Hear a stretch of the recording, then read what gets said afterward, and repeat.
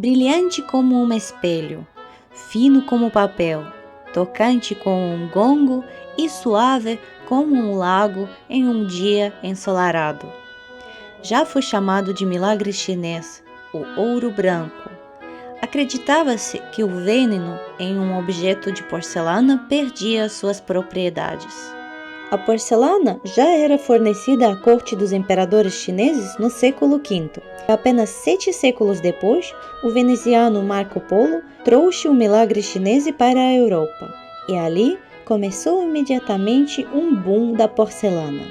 A porcelana era comprada pelo seu peso em ouro. Por um item de porcelana, você tinha que pagar tanto ouro quanto o peso do item. As pessoas começaram a viajar para o Oriente com mais frequência para comprar objetos de porcelana e aprender o segredo de sua produção. O primeiro colecionador de porcelana da história russa foi o imperador Pedro o Grande, que era amigo do imperador chinês e organizou expedições à China para aumentar sua coleção de porcelana. A residência de Pedro o Grande em Petergof tinha até um gabinete de porcelana. Naquela época, a porcelana não era usada à mesa, mas exibida em prateleiras como decoração. Havia louças de prata sobre a mesa. Para muitos séculos, os europeus tentaram sem sucesso desvendar o segredo da porcelana chinesa. Johann Friedrich Böttger obteve sucesso em 1709 sob as ordens do eleitor saxão Augusto Sufort, na cidade de Meissen. Mas essa porcelana não era branca, era vermelha. Essa cor é hoje chamada de cor de Böttger. Um pouco mais tarde, ele desvendou o segredo da porcelana branca adicionando pó branco à massa. Em 1710, o eleitor montou uma manufatura de porcelana em seu castelo, e por mais de 300 anos, a porcelana de Meissen é famosa em todo o mundo.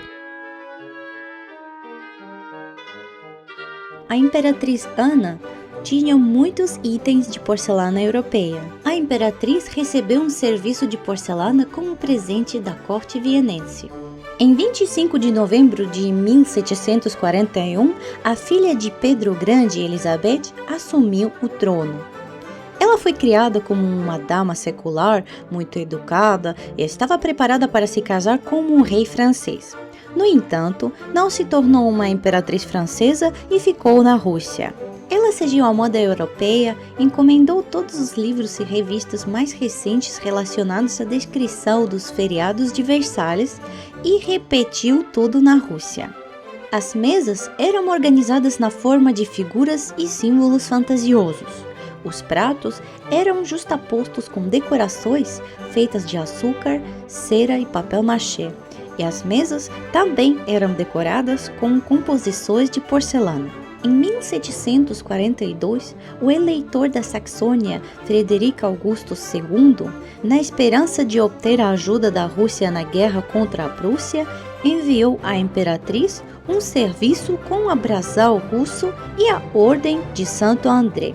Ela ficou muito chateada com o fato de as mesas terem de ser servidas com porcelana importada. Em 1744, da Suíça para o Império Russo foi entregue um mestre de porcelana, Konrad Günger, que por um salário muito alto concordou em revelar o segredo da porcelana e organizar a produção de porcelana na Rússia.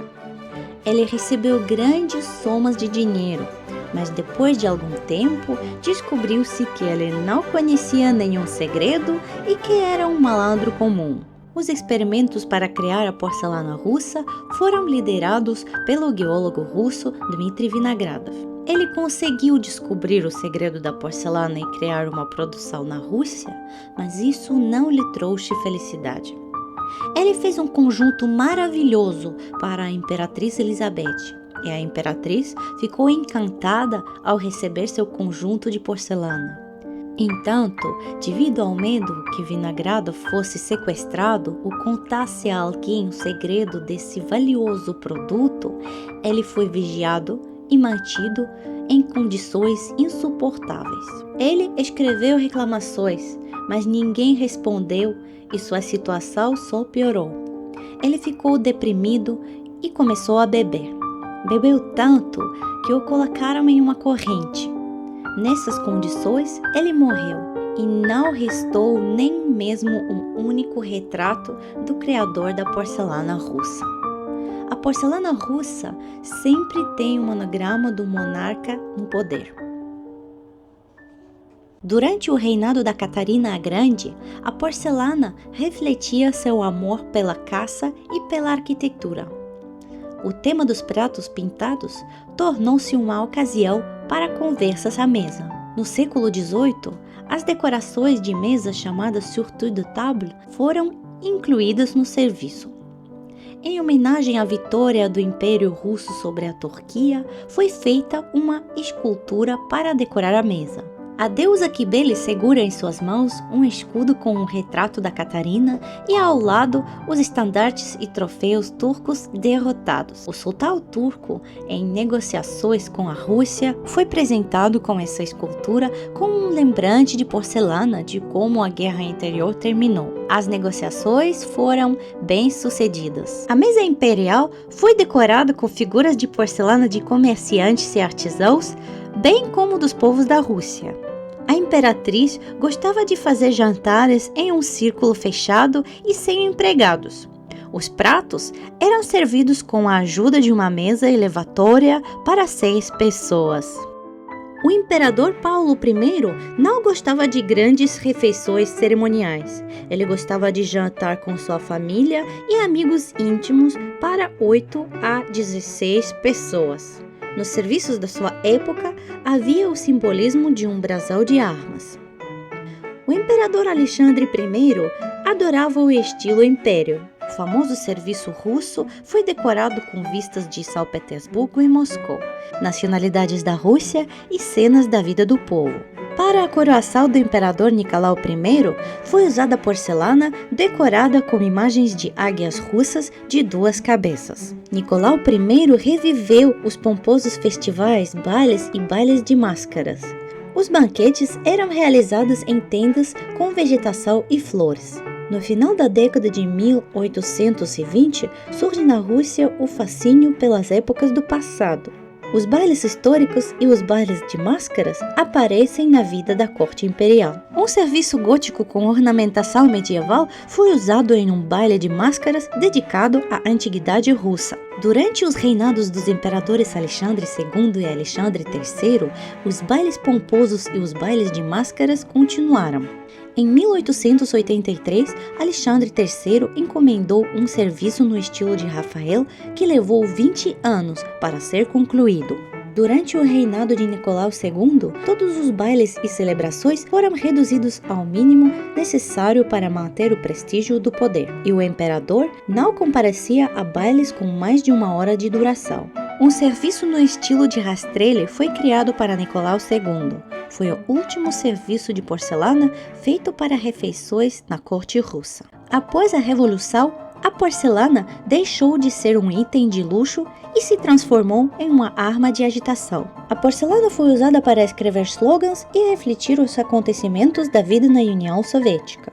Como essa porcelana não chegava às pessoas comuns por ser muito cara, Lenin assinou um decreto para produzir porcelana de propaganda para a exportação.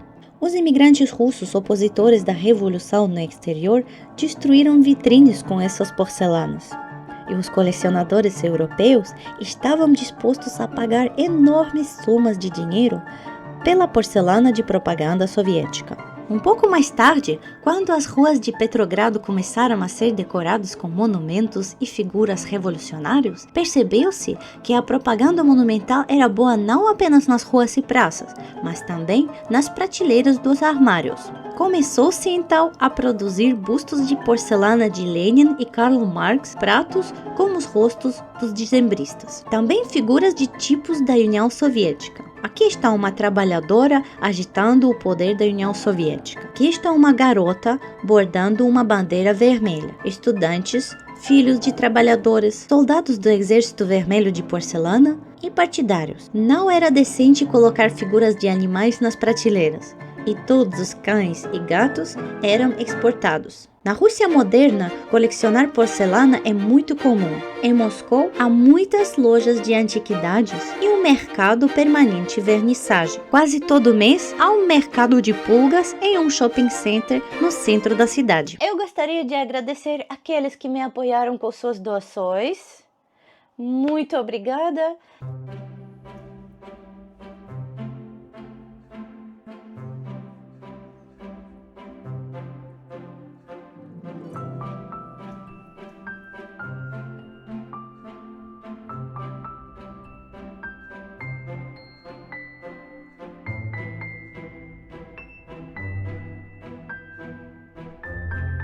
Agora eu estou na loja muito famosa entre os colecionadores de porcelana e antiguidades. Políticos, celebridades e até mesmo os museus fazem compras aqui. O proprietário dessa loja, o Sr. Sérgio Grigorian, um especialista em porcelana com experiência há mais de 30 anos, concordou em nos dar uma entrevista e nos contar um pouco sobre os meandros desse negócio. Bom dia, Sérgio. Bom dia! Por favor, me diga, há quantos anos você trabalha com porcelana? Estou trabalhando com porcelana há cerca de 30 anos. De fato, não é tão simples quanto parece à primeira vista. Há muita porcelana, ela é diferente e é difícil de entender, mas tudo vem com a experiência. E quando você se dedica à porcelana todos os dias, ganha experiência. E mesmo sem pegar o objeto nas mãos, pode dizer de que período é essa porcelana. Se foi pintada ou se é um decalque, se há uma restauração, e é claro o preço desse objeto. E qual é a idade de sua loja?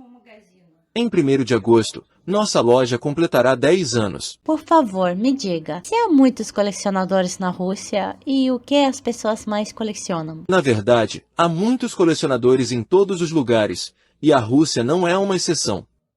Na Rússia, há muitas pessoas que colecionam porcelana russa porque nasceram e cresceram aqui. E em todos os países a situação é a mesma. Na Alemanha, há mais pessoas que colecionam porcelana alemã. Na Rússia, a porcelana russa será valorizada. No Brasil, a brasileira ou a portuguesa. E quais critérios são usados para determinar o valor da porcelana? O primeiro critério é a idade da porcelana. O segundo critério é a pintura, o plástico, a elaboração. É preciso mostrá-la claramente para que seja compreendida. Aqui estão 2 pratos.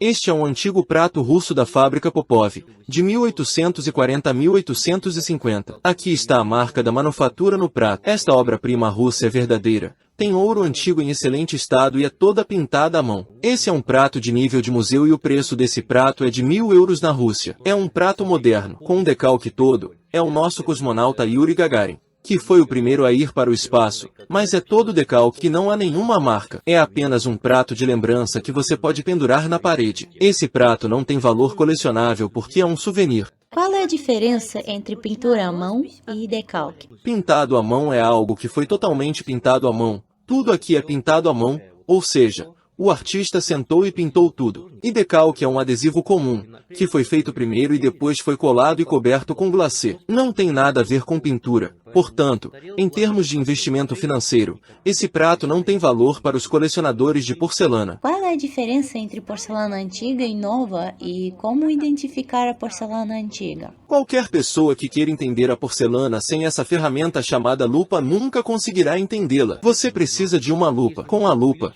podemos ver os pontos pretos. Você pode vê-los aqui mesmo sem uma lupa. Veja aqui. E aqui. E aqui não é uma pintura, são apenas os pontos na própria porcelana. E aqui também, essas são partículas de metal. Atualmente, ninguém fabrica porcelana dessa forma, pois com a ajuda da tecnologia moderna as partículas de metal são removidas da massa de porcelana. Observe também aqui. Há arranhões nesse círculo e a porcelana já se tornou semelhante à porcelana de biscuit. Agora vamos dar uma olhada na nova porcelana. Este prato é 130, 140 anos mais novo que este. Também é pintado à mão. É alemão. Ouça como soa bem. Isso é imitação de ouro.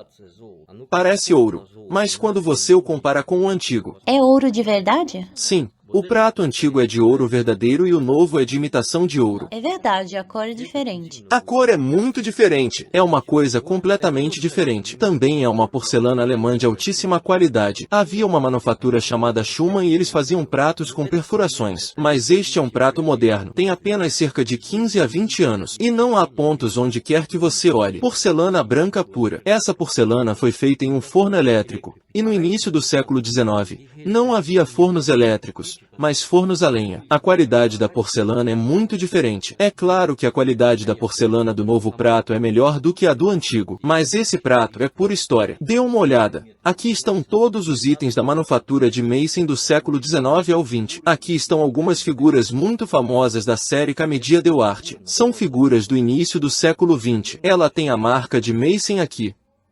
Em excelente estado. A série era de 16 figuras. Cada figura é vendida por 250 mil rublos, ou seja, 2.500 mil euros. Este é um verdadeiro Meissen. Veja que bom estado, que elaboração de detalhes, que pintura impressionante e que beleza. Se você olhar para o ouro, para essa linha branca aqui e para a linha vermelha aqui, verá que as linhas são uniformemente retas. Aqui você vê onde o braço termina e a tinta verde não vai para o braço e a tinta bege não vai para a manga. Tudo está muito bem pintado. Essa é uma pintura de qualidade profissional em porcelana. Veja como é uniforme. Nenhuma tinta passa por cima da outra. Tudo é uniforme. Está vendo? E aqui também, como em qualquer outra parte da figura. Por ser de Meissen, é de alta qualidade e profissional. Essa série é chamada Gritos de Paris. Essa figura é de 1924. Ela tem mais de 100 anos. Os escultores Peter Heinichen e Johann Kendler foram a Paris e fizeram algumas gravuras de vendedores ambulantes e depois criaram essas figuras. No século XVIII, elas eram maiores em tamanho, mas em menor número. Inicialmente, em 1777, havia 16 figuras, e em 1795 começaram a aparecer figuras tão pequenas, com apenas 22 peças, e no século XIX foram feitas 34 figuras. Observe essas galinhas. Você precisa fazê-las e depois pintá-las. Não é fácil. Agora preste atenção nos dedos dela e observe como o rosto está pintado. Você pode ver as expressões faciais no rosto dela. Na área do decote, a tinta azul não passa para o branco e a tinta branca não passa para o azul. Você pode torcê-la do jeito que quiser, e mesmo por trás, tudo fica uniforme. Observe como o ouro fica uniforme no contorno de seu chapéu. É um item com qualidade de museu. Há 34 delas na série completa. O preço inicial dessa estatueta é de 1.250 euros, mas ela pode ser mais cara. Tudo depende da condição da estatueta e da época. Veja, duas figuras em pinturas diferentes. Veja, por favor, qual delas você acha que é mais cara? Esta é mais cara. Porque só tem 3 galinhas, e a outra tem muito mais. E esta é mais velha. Observe os chapéus. Não há nenhuma flor. As figuras são quase idênticas, mas a diferença de preço é significativa. Se esta custa 1.250 euros, esta custa 1.500 euros. Só porque tem mais galinhas. Já no final do século XVIII, Meissen tinha 4.500 tipos diferentes de figuras. Meissen é considerada uma das fábricas de porcelana mais caras, depois da porcelana de Sèvres e da antiga porcelana chinesa. E este é um prato chinês do século XVIII. É um prato de nível de museu. É pintado à mão. Podemos ver os pontos aqui também. Não é a tinta, são os pontos. 1, 2, 3. Se eu virar o prato a pontos aqui também. O preço desse prato é 1.550 euros. Aqui está a marca do século XVIII. Essa porcelana é maravilhosa. Observe como ela é pintada de maneira uniforme. É de Paris antiga, de 1850 a 1860. Observe o ouro nas alças. E a gravação no ouro também está presente. Ela é perfeitamente uniforme, como esta parte e esta outra. Isso me diz que se trata de porcelana de altíssima qualidade. Porcelana do mais alto calibre. Esta é a França antiga. Se olharmos aqui, podemos ver os pontos na porcelana. Agora quero mostrar aos colecionadores novatos como diferenciar as falsificações. Veja que xícara linda! Ouro velho. Sim, essa xícara é realmente do século XIX ou do início do século XX. Ela tem até marcas de Sèvres e o ano está escrito 1844, mas não é verdade, embora a aparência seja muito digna.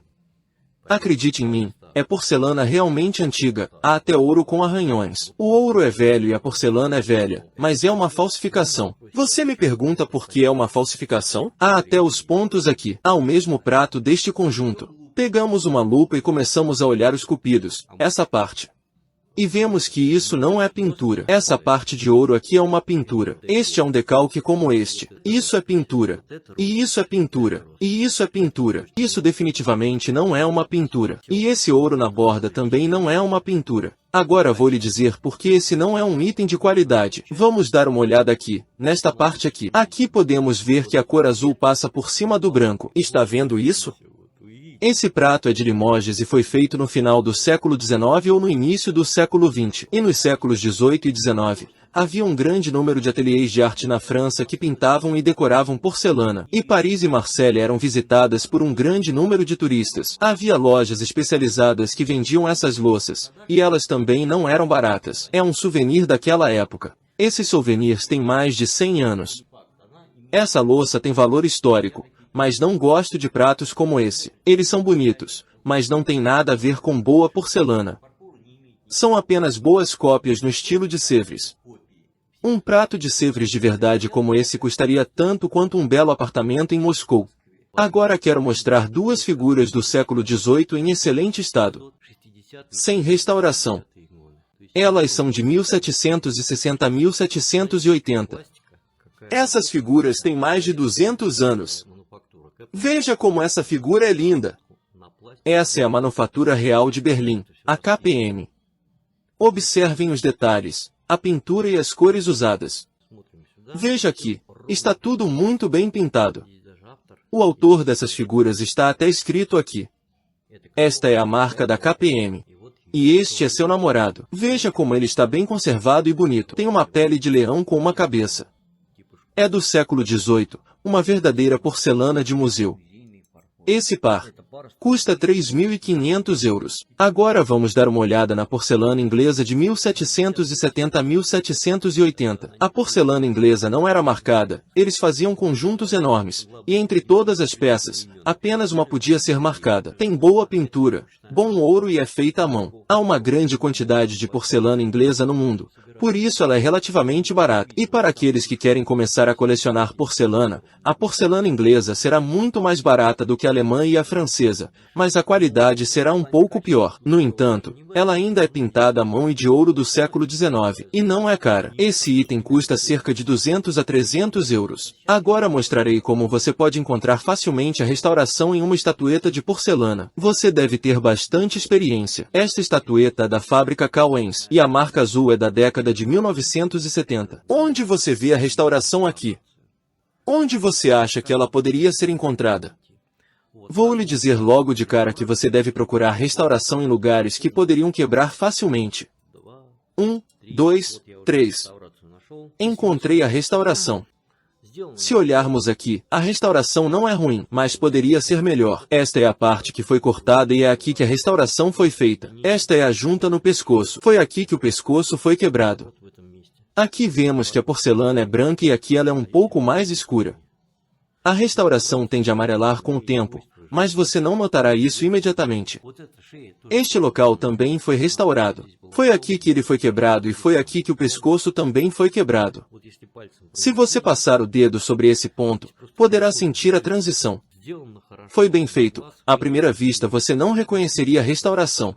Mas ela está lá. E essa é a lasca no bico. Os itens mais antigos são um pouco mais difíceis. Esta é uma estatueta da manufatura Mason de meados do século XIX em excelente condição para sua idade. Esta senhora tem um gato em seu colo e a pata do gato foi quebrada.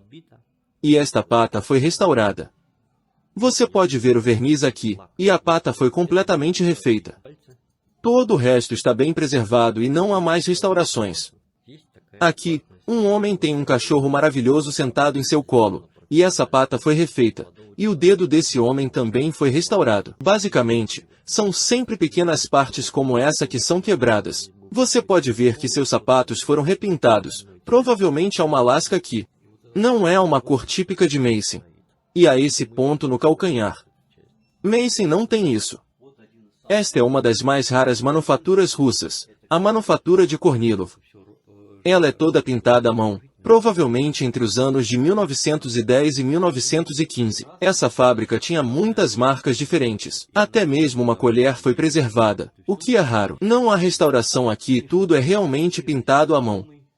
É claro que não temos o conjunto completo, mas ele está em excelente condição de colecionador. Essa é a nossa porcelana de museu que tem mais de 100 anos e é assim que a marca dessa manufatura se parece. Essa é a verdadeira porcelana russa antiga. Essa é a fábrica de porcelana Lomonosov favorita de todos. Uma girafa maravilhosa. Na marca, 3 letras russas LFZ, que significa Fábrica de Porcelana Lomonosov. É feito na década de 1990. A marca é cinza, bem pintado. Essa é a verdadeira porcelana russa. Esta é porcelana russa pura, uma xícara da fábrica de Gardner. Veja que bela xícara do início do século XX, período de 1905 a 1907. Excelente condição para colecionadores. Veja como a porcelana é fina, é translúcida, dá para ver até meu dedo. Muito leve. Esta é a antiga fábrica de porcelana russa Kuznetsov, também do início do século XX, entre 1905 e 1910. É toda pintada à mão. Infelizmente, há arranhões no ouro. E no pires também. Mas essa é a verdadeira história russa. Esta é uma xícara da fábrica de Kornilov do século XIX. Infelizmente, aqui já há um decalque. O desenho no pires e na xícara são quase idênticos. Esta é uma xícara LFZ, porcelana soviética mais moderna da década de 1950. Fábrica de porcelana Lomonosov. E este pires? Veja que lindo! Ele tem até a marca de qualidade da URSS. E a marca da fábrica. Uma ótima xícara para colecionadores. Poderia nos mostrar os itens mais valiosos de sua loja? Sim, claro. Aqui está o item mais caro de nossa loja. Este é o Hércules da manufatura de Meissen, século XVIII, 1780 a 1811 anos de produção, o período de Marcolini. Esta é uma figura desse período também. Aqui a marca está na pasta de porcelana. Infelizmente, há uma restauração muito pequena, que não é visível a olho nu, mas está lá. Isso é para museus de altíssimo nível. Aqui está a marca do século XVIII. Observe os detalhes e a qualidade. Ninguém faz porcelana como essa hoje em dia. Essa estatueta custa 15 mil euros, e um Hércules custa 35 mil euros. Aqui também está um Meissen, rei alemão sem restauração em perfeitas condições. Veja como o cavalo é bonito, como todos os detalhes são de alta qualidade e como o ouro está aqui.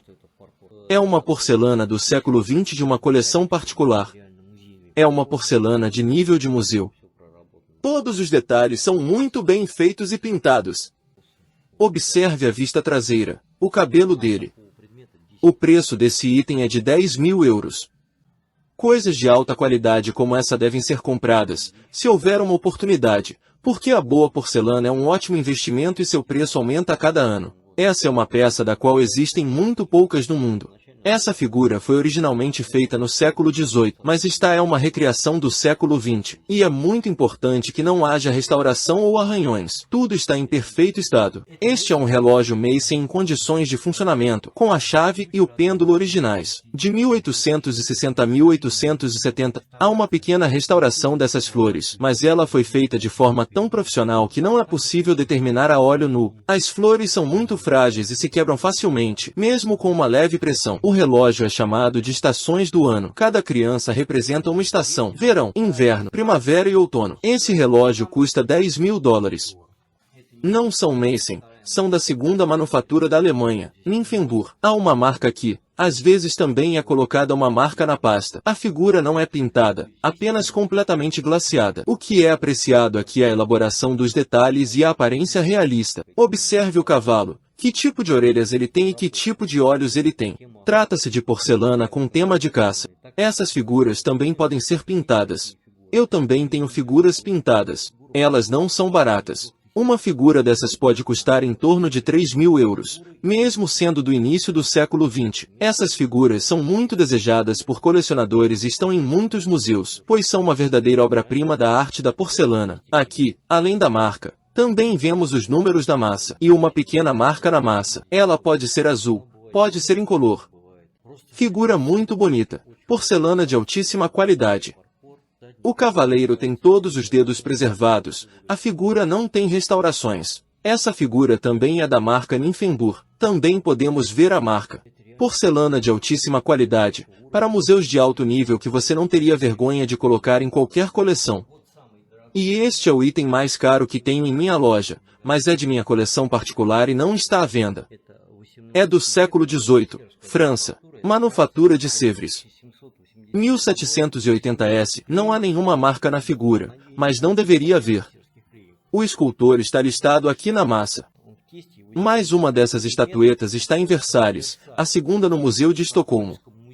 Apenas 12 foram feitas. A figura vem em duas versões diferentes, com uma máscara na mão, que é inserida na mão, ou com um púlpito na mão. Essa figura foi comprada por Luís XVI.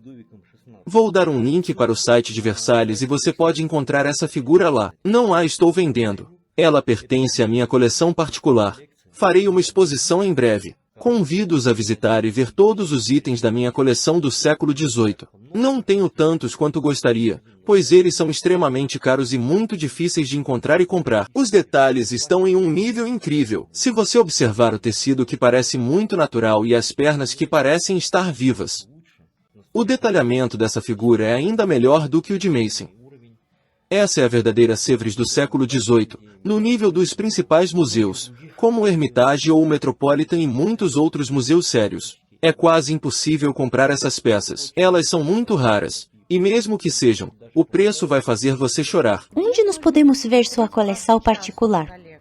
Uma exposição da minha coleção particular está planejada para este ano. Se estiver interesse, posso convidá-los e faremos um vídeo, no qual mostrarei muitos itens. Muito obrigada.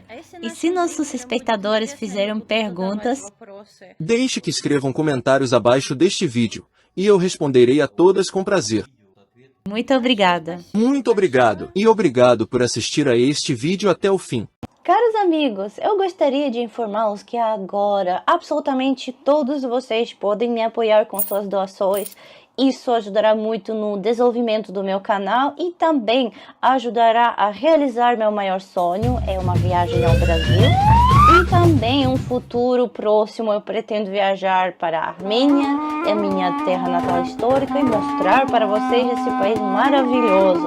Obrigada por atenção, link está abaixo desse vídeo, divirta-se assistindo.